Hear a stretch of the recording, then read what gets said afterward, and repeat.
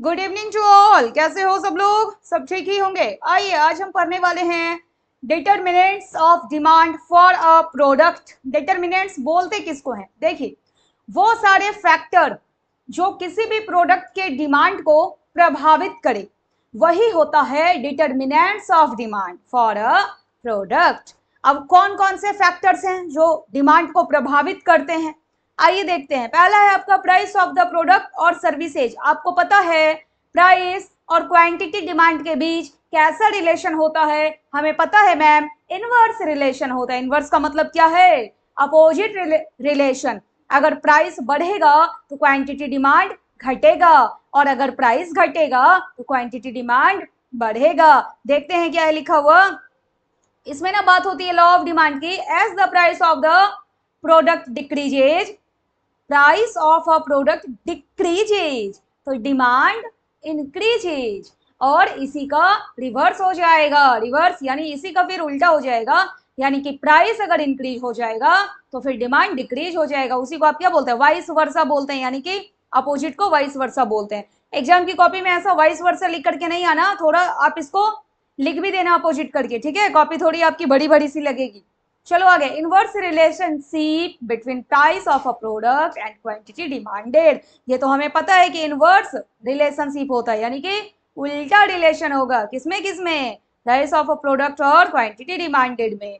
ठीक है, चलो आगे चलो। This is the most direct and immediate determinant. ये जो है ना आपका, ये एकदम डायरेक्ट डिटर्मिनेंट इसको बोलते हैं, इमीडिएट फैक्टर इसको बोलते हैं। नेक्स्ट है कंज्यूमर इनकम। आपके इनकम का भी असर पड़ता है क्या चीज पर? क्वांटिटी डिमांडेड पर। अब कंज्यूमर इनकम जो है ना, इसको हम देखेंगे कुछ गुड्स के केस में। पहला है आपका नॉर्मल गुड्स। नॉर्मल गुड्स क्या है?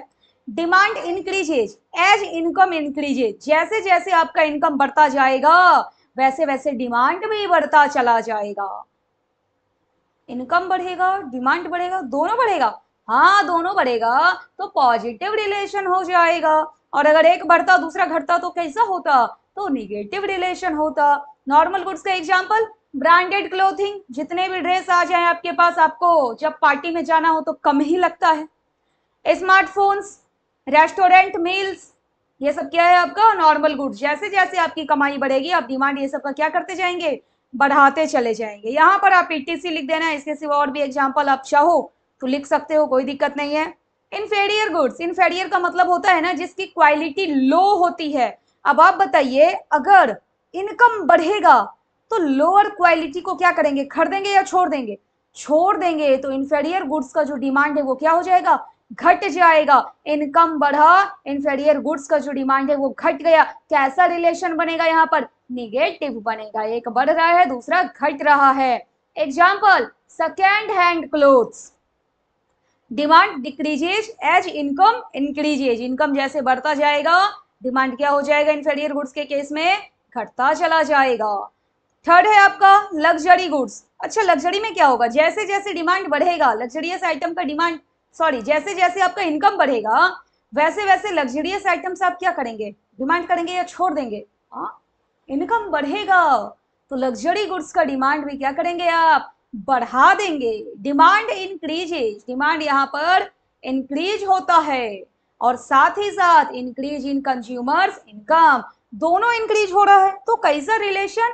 Positive relation. अब जैसे इसका एग्जांपल नहीं है लिखा हुआ, इसका एग्जांपल आप बता सकते हैं खुद से। अब जैसे कि रोलेक्स के वॉचेज हैं, आपका इनकम बढ़ रहा है तो फिर वो तो लग्जरी गुड्स है, वो भी आप डिमांड करने लगेंगे।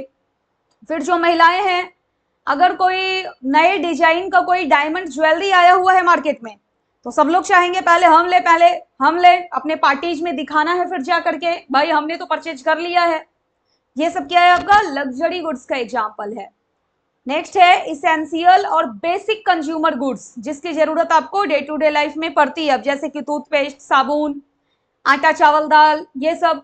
The quantity demanded for basic consumer goods, ये इंक्रीज होता है with increase in the income of a consumer, but up to a fixed limit. जितना आप आज यूज कर रहे हैं, जितना चावल खा रहे हैं, अब चावल की क्वांटिटी आप डबल नहीं कर देंगे। ओबेसिटी अपनी थोड़ी बढ़ानी है, प्रॉब्लम है घटाने को लेकर।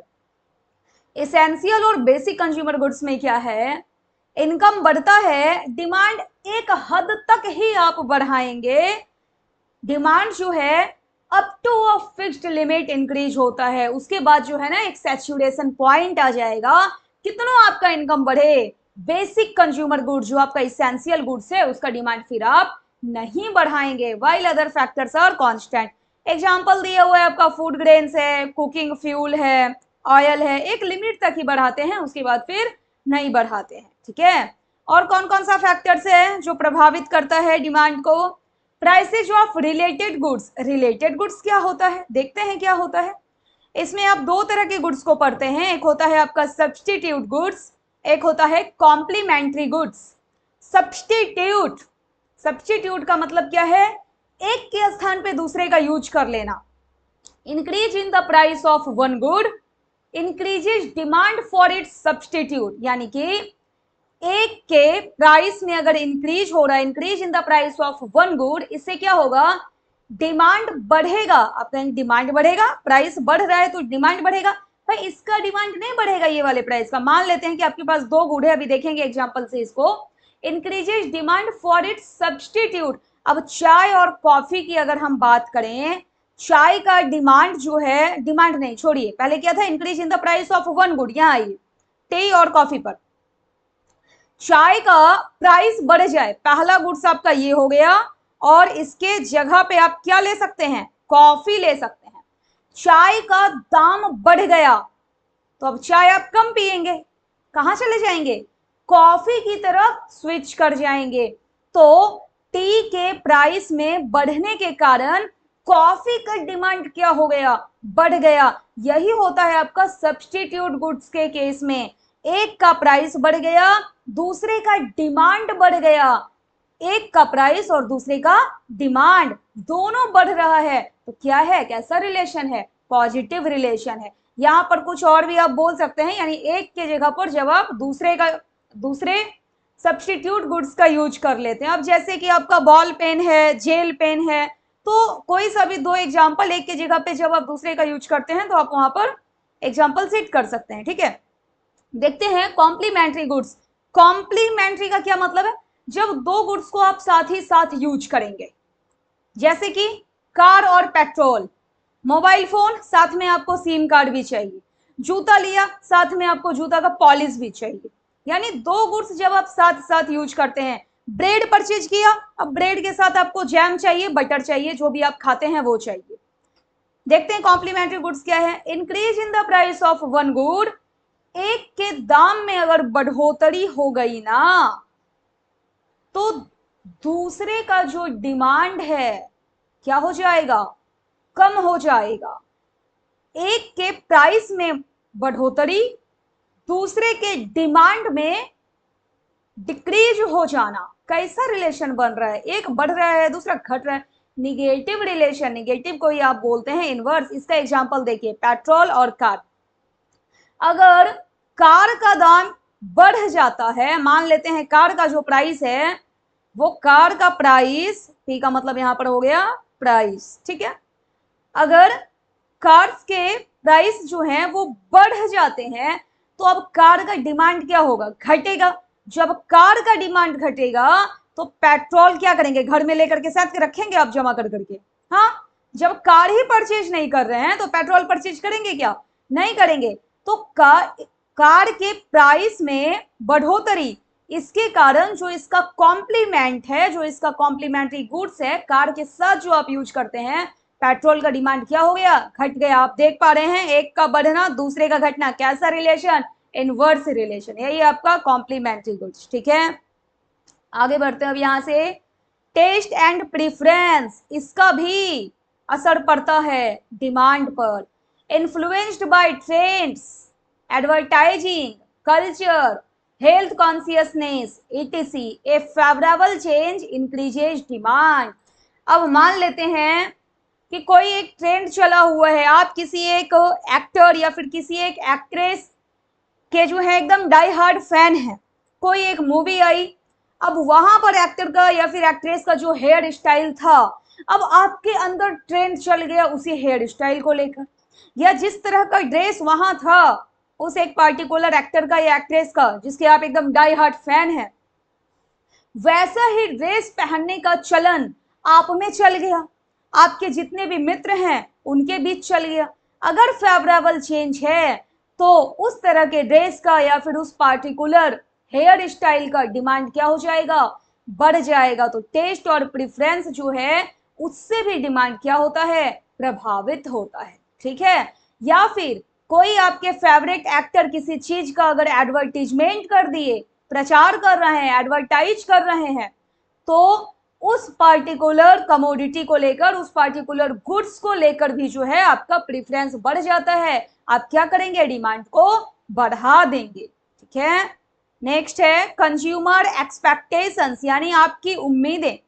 देखिए, अब उम्मीद में आपकी दो बातें हैं, फ्यूचर प्राइस एक्सपेक्टेशंस, अगर कंज्यूमर को लगता है भविष्य में दाम बढ़ेंगे तो आज ही क्या कर लेते हैं, कंज्यूमर करेंट डिमांड इंक्रीजेज। अब मान लेते हैं अगर किसी के घर में कुछ शादी होना है, शादी सीजन चल भी रहा है अभी देखा जाए तो, अगर किसी के घर में शादी होना है तो वो पहले से ही 6 महीने 8 महीने पहले से ही क्या करते हैं, वो सोना चांदी डायमंड जो भी उनको ज्वेलरी वगैरह लेना होता है पहले से लेकर के परचेज करके रखना शुरू कर देते हैं, क्योंकि उनको पता है कि जैसे ही शादी सीजन आएगा, जैसे ही लगन का टाइम आएगा, ये सोना चांदी हीरे जवाहरात इसके दाम क्या हो जाएंगे, बढ़ जाएंगे, क्योंकि डिमांड क्या होगा, बढ़ेगा। तो कंज्यूमर को पता होता है भविष्य में दाम बढ़ने वाले हैं, वो आज 6 महीने 8 महीने 1 साल पहले से ही परचेज करना शुरू कर देते हैं। यही आपका फ्यूचर प्राइस एक्सपेक्टेशंस। नेक्स्ट है फ्यूचर इनकम एक्सपेक्टेशंस,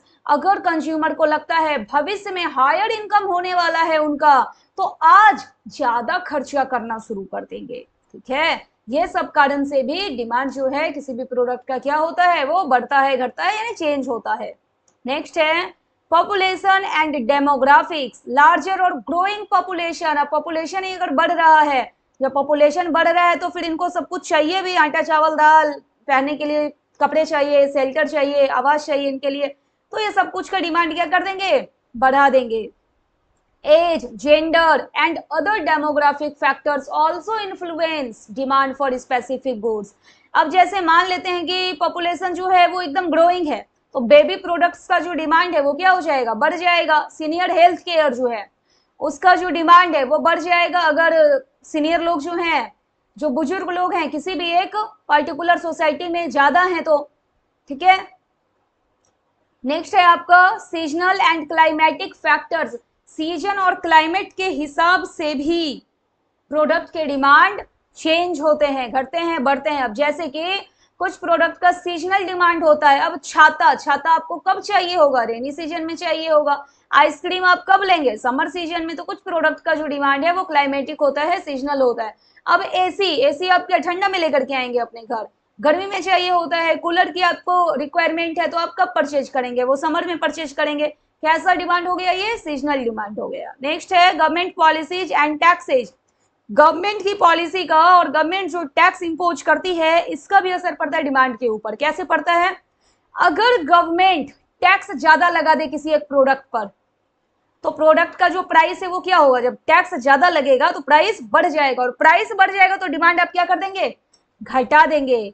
और इसी का रिवर्स, अगर गवर्नमेंट सब्सिडीज देना शुरू कर दे तो प्रोडक्ट का प्राइस घट जाएगा, क्योंकि सब्सिडी मिल रहा है। ठीक है, जब प्राइस घट जाएगा प्रोडक्ट का तो डिमांड क्या करेंगे, आप बढ़ा देंगे। तो गवर्नमेंट की पॉलिसी का भी असर पड़ता है किस पर, डिमांड पर। And regulations can affect demand, example आपका दिया हुआ है, सब्सिडी, अगर सब्सिडी मिलेगा तो डिमांड आप क्या कर देंगे, बढ़ा देंगे। अब कैसे ही आपने देख लिया है। ठीक है, नेक्स्ट है अवेलेबिलिटी ऑफ क्रेडिट, अगर आपको इजी लोन मिल रहा है, सस्ते रेट पर मिल रहा है, जो आपका इंटरेस्ट का रेट है वो कम है, जैसे होता है ना कार लोन मिलता है, होम लोन मिलता है, अगर इजी एक्सेस है लोन का, क्रेडिट का, तो डिमांड क्या हो जाएगा, ये कार का, होम का, क्या होगा, क्या होगा, अगर इजी एक्सेस है तो मैम डिमांड बढ़ जाएगा। हाँ, अवेलेबिलिटी ऑफ क्रेडिट भी जो है ना ये इन्फ्लुएंस करता है, प्रभावित करता है डिमांड ऑफ अ प्रोडक्ट को।